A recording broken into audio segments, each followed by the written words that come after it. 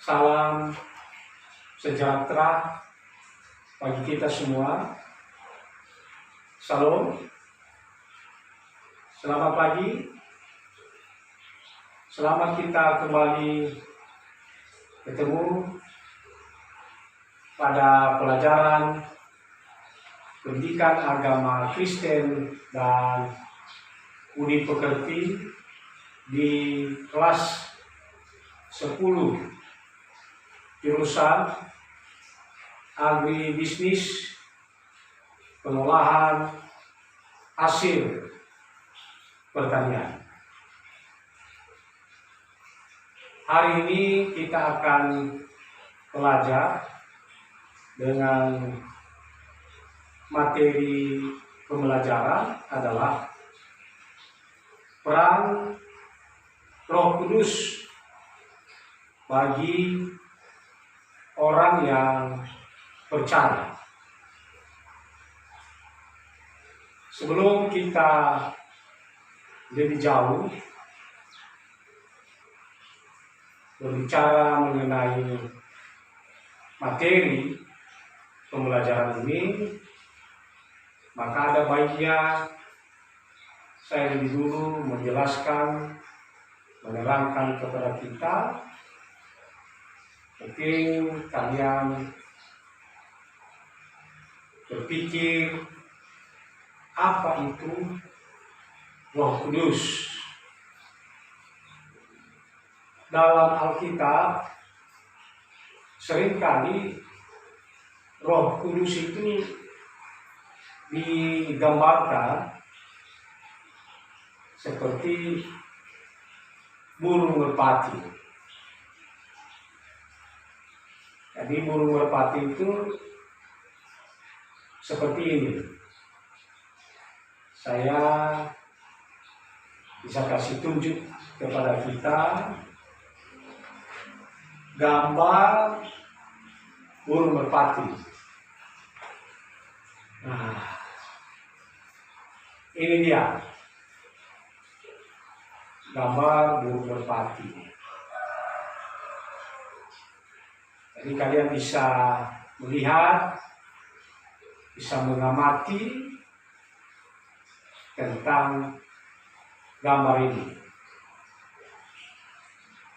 Burung merpati ini seringkali disimboliskan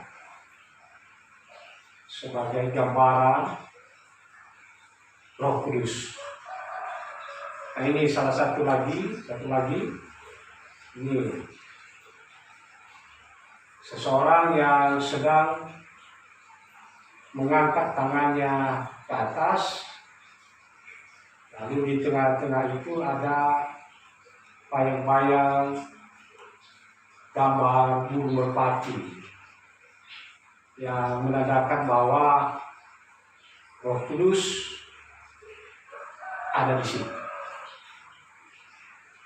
Namun demikian, bukan berarti bahwa burung merpati ini adalah Roh Kudus. Bukan. Ini hanya sebagai lambang atau simbolis tentang Roh Kudus. Roh Kudus itu sendiri adalah merupakan salah satu bagian dari ketritunggalan Allah. Kalau sering kita mendengar Allah Bapa, Allah Anak, dan Allah Roh Kudus. Jadi itu artinya bahwa Roh Kudus itu adalah merupakan satu pribadi. Sebagaimana Allah Bapa satu pribadi, Allah Anak juga satu pribadi, maka demikian juga Roh Kudus itu adalah merupakan satu pribadi. Nah, hari ini kita akan belajar bagaimana pribadi daripada Roh Kudus ketika dia berperan bagi orang yang percaya.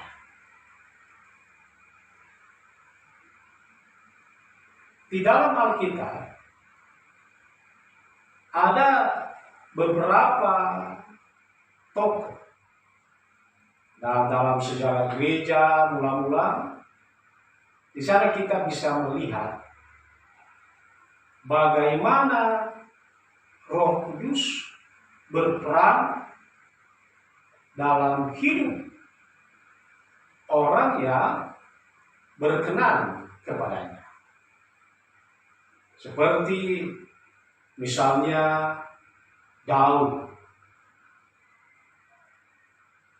Ketika Roh Kudus berperan dalam kehidupan Daud,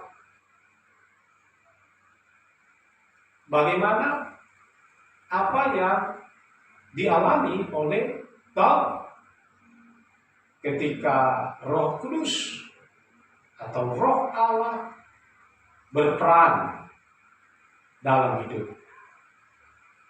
Itu lebih jelasnya hal ini bisa kita lihat di dalam 1 Samuel 16 ayatnya yang ke-13. Jadi kalau kalian sudah membawa Alkitab, maka mari kita sama-sama membacakan ayat firman Tuhan ini supaya jelas bagi kita peran Roh Kudus dalam hidup orang yang berkenan kepada Allah. Kita baca di dalam 1 Samuel pasal 16 ayatnya yang ke-13. Samuel mengambil tanduk yang berisi minyak dan mengurapi Daud di tengah-tengah saudara-saudaranya. Sejak hari itu dan seterusnya berkuasalah Roh Tuhan atas Daud. Sekali lagi, sejak hari itu dan seterusnya berkuasalah Roh Tuhan atas Daud. Jadi waktu itu Daud diurapi oleh Samuel. Maka setelah Samuel mengurapi Daud, maka sejak itulah Roh Tuhan menguasai kehidupan Daud. Nah, apa yang kita lihat? Setelah Roh Kudus memimpin, menguasai kehidupan Daud, maka dalam perjalanannya kita bisa lihat bahwa Daud bisa menjadi raja Israel yang begitu sangat terkenal. Jadi kenapa dia bisa menjadi raja? Karena Roh Kudus menguasai, Roh Kudus memimpin kehidupan Daud. Selain daripada itu, Roh Kudus itu tidak hanya saja menjadikan Daud menjadi seorang raja, tetapi Roh Kudus itu juga mempunyai peranan yang sangat penting di dalam kehidupan Daud, yaitu di mana Roh Kudus membantu kehidupan Daud di saat-saat dia mengalami suatu hal yang sangat sulit dalam hidup. Ketika dia menghadapi bahaya, ketika dia menghadapi ancaman, Roh Kudus ikut berperan, memberikan suatu kemampuan bagi Daud, sehingga dia bisa mampu menghadapi berbagai masalah, persoalan, kesulitan yang sering terjadi di dalam hidup. Sampai kita bisa melihat apa yang diungkapkan oleh Daud atas peran Roh Kudus yang dialami dalam hidup. Dalam Mazmur 23 misalnya, itu lebih jelas. Kita akan baca ayat firman Tuhan ini, Mazmur 23. Daud dia berkata, Tuhan adalah gembalaku, takkan kekurangan aku. Ia membaringkan aku di padang yang berumput hijau. Ia membimbing aku ke air yang tenang. Ia menyegarkan jiwaku. Ia menuntun aku di jalan yang benar oleh karena namanya.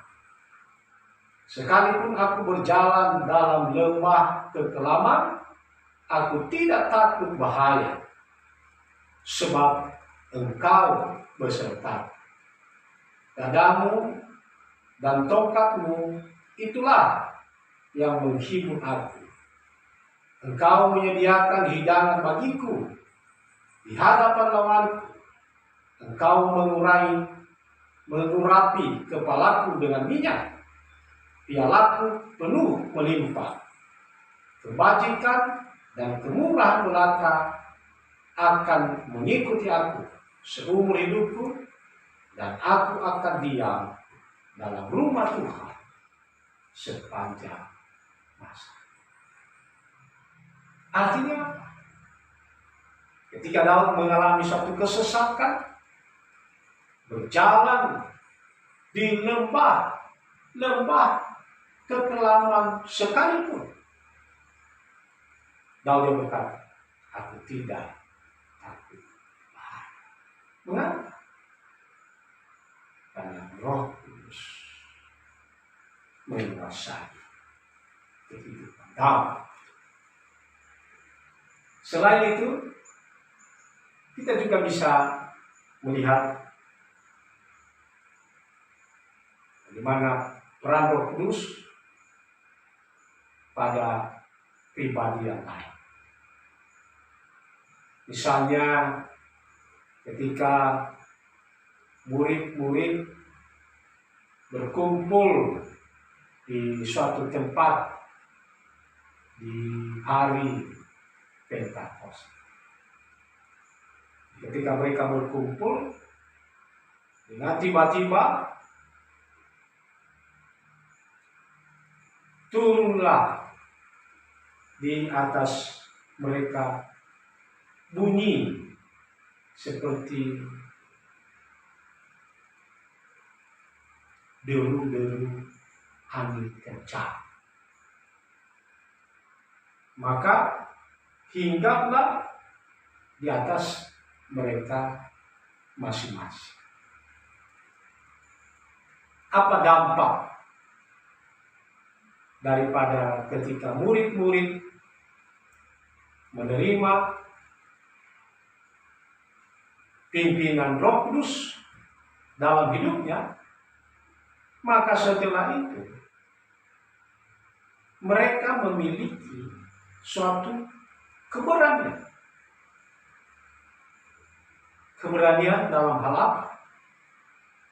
keberanian dalam bersaksi, keberanian dalam memberitakan Injil. Mereka tidak takut. Kalau sebelum mereka dipenuhkan dengan Roh Kudus, sebelum mereka dipimpin oleh Roh Kudus, pada saat itu orang begitu sangat takut sekali untuk menceritakan tentang Yesus kepada siapa. Kenapa? Karena ada ancaman dari orang-orang lain. Tapi coba kita lihat, setelah mereka dikuasai, dipimpin, dipenuhkan oleh Roh Kudus, maka apa yang terjadi? Dulu yang mereka begitu sangat ketakutan untuk menceritakan tentang Yesus, maka sekarang setelah mereka memiliki, dikuasai, dipimpin oleh Roh Kudus, sekarang mereka mempunyai suatu keberanian yang sangat luar biasa. Mereka lagi tidak ragu-ragu, mereka lagi tidak takut untuk memberitakan tentang kabar sukacita. Mereka tidak lagi takut memberitakan tentang Yesus yang menyelamatkan. Sekarang mereka punya satu keberanian yang sangat biasa. Kenapa? Karena Roh Kudus menguasai hidup. Seperti Petrus. Ketika dia berkhotbah, Alkitab mencatat 3.000 orang. Jadi sangat luar biasa sekali. Kenapa hal itu bisa terjadi? Karena itu diakibatkan oleh peran Roh Kudus dalam kehidupan para murid. Jadi itu kira-kira yang menjadi suatu pembelajaran kepada kita pada pagi hari ini. Apa yang bisa kita alami kalau Roh Kudus menguasai kehidupan kita? Itulah materi yang saya bisa sampaikan kepada kita terkait dengan tema pembelajaran kita hari ini, peran Roh Kudus bagi orang yang percaya. Untuk itu saya minta kepada siswa untuk bisa mendiskusikan dengan teman-teman yang lain. Ini suatu tugas bagi kalian, bagaimana peran Roh Kudus dalam menghadapi suatu masalah yang seringkali terjadi dalam hidup kita. Misalnya begini, masalah-masalah berpacaran misalnya. Jadi coba nanti kalian mendiskusikan hal ini, bagaimana peran Roh Kudus ketika kita menghadapi masalah-masalah dalam hal berpacaran misalnya. Yang kedua misalnya keterlibatan di dalam tawuran. Ketika terjadi suatu tawuran, lalu melibatkan diri kalian, nah coba kalian mencoba memberikan suatu pandangan bagaimana peran Roh Kudus ketika terjadi masalah-masalah seperti itu terjadi dalam hidup kita. Kemudian misalnya mengenai yang sekarang ini lagi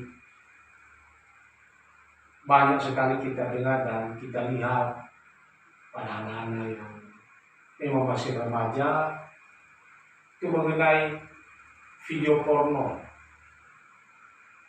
Nah, ini sudah semakin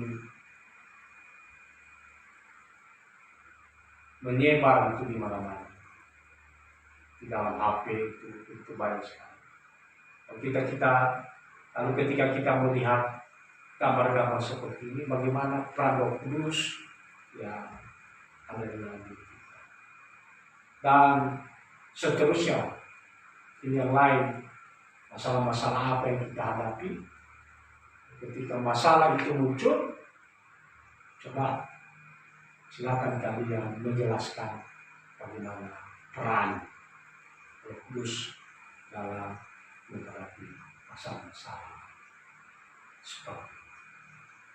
Sekian, ya, terima kasih. Kalau memang ada hal yang kurang jelas dari apa yang saya jelaskan ini, pada kalian semuanya beri kesempatan untuk bisa bertanya. Terima kasih.